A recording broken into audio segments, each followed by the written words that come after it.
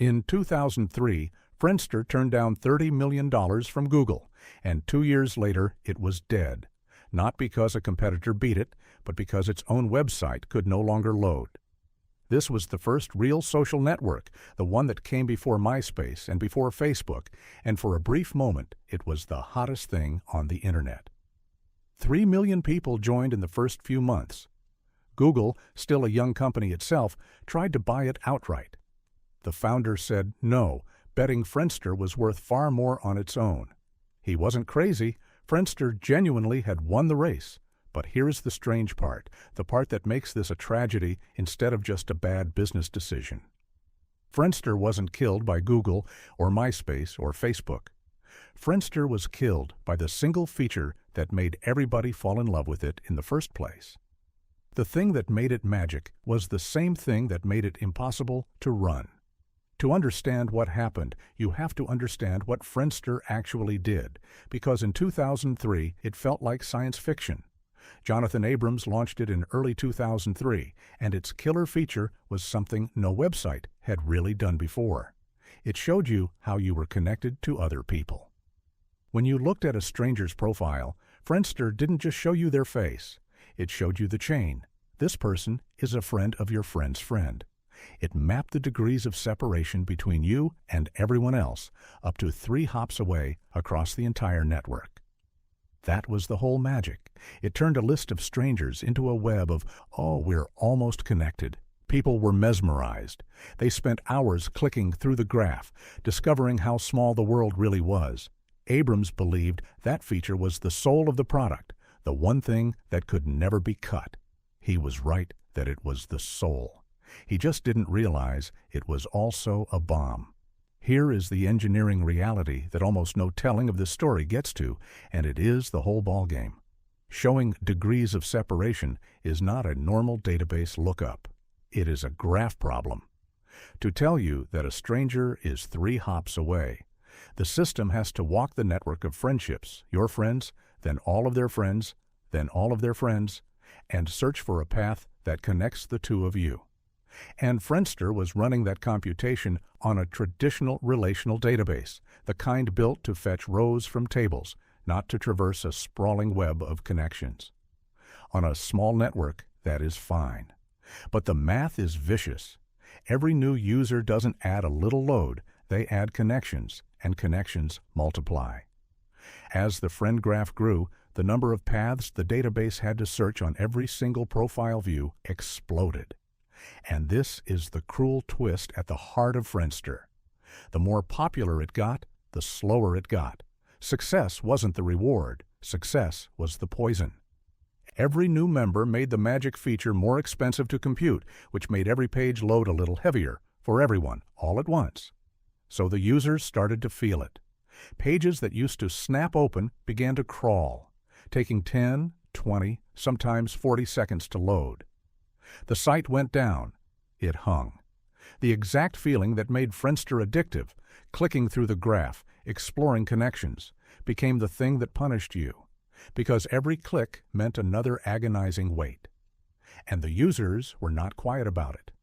Friendster's own customer service received thousands of emails, and one line from that period says everything. Members wrote in warning that if the site didn't get faster soon, they would be forced to join MySpace. Forced. They didn't want to leave. They were begging Friendster to just work. Inside the company, the engineers knew. Through 2003, they threw hardware at it and tried to spread the database across many servers behind load balancers. By early 2004, it was a full crisis with a team of around 20 engineers pulled into a major redevelopment to save the platform. But you cannot easily re-architect the foundation of a live building while thousands of people are pounding on the doors, and the fixes never came fast enough. Now, here is the part I most want you to take away, and if this kind of teardown is what you come here for, take a second to subscribe, because this exact mistake gets repeated every year by companies that should know better. The lesson is not, Friendster had a bug. The lesson is that for a social network, speed is not a feature. Speed is the product. A social network that is slow is not a slow social network. It is simply not a social network because the entire experience is casual, restless clicking, and the instant that stops being effortless, the whole thing dies. Friendster's leadership treated performance as a technical chore to be handled later and treated the flashy degrees of separation feature as sacred. They had it exactly backwards. The feature was a graph problem they had jammed into a database that was never designed for graphs, and they refused to simplify it even as it burned the company down. A few years later, Facebook would win in part by obsessing over exactly this, treating the social graph as a first-class engineering problem and keeping the site relentlessly fast, even boring. So it always loaded. Friendster proved the market existed.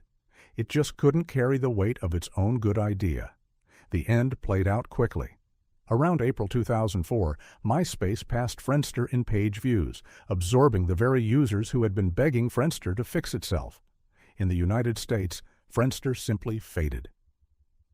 It found a strange second life in Asia, especially in the Philippines and across Southeast Asia, where it eventually racked up over 115 million registered accounts by 2008. A genuinely huge number that, by then, meant almost nothing to its future, in the market it had lost. In December 2009, the company was sold to a Malaysian payments firm, MOL Global, for about $26 million, a fraction of the Google offer it had once waved away. Then came the final indignity. In 2010, Friendster sold off its patents to Facebook for around $40 million. Read that again. The patents were worth more than the entire company had just sold for. The ideas were valuable. The execution had killed it. In 2011, Friendster gave up and relaunched as a social gaming site, and by 2015, it switched the lights off for good.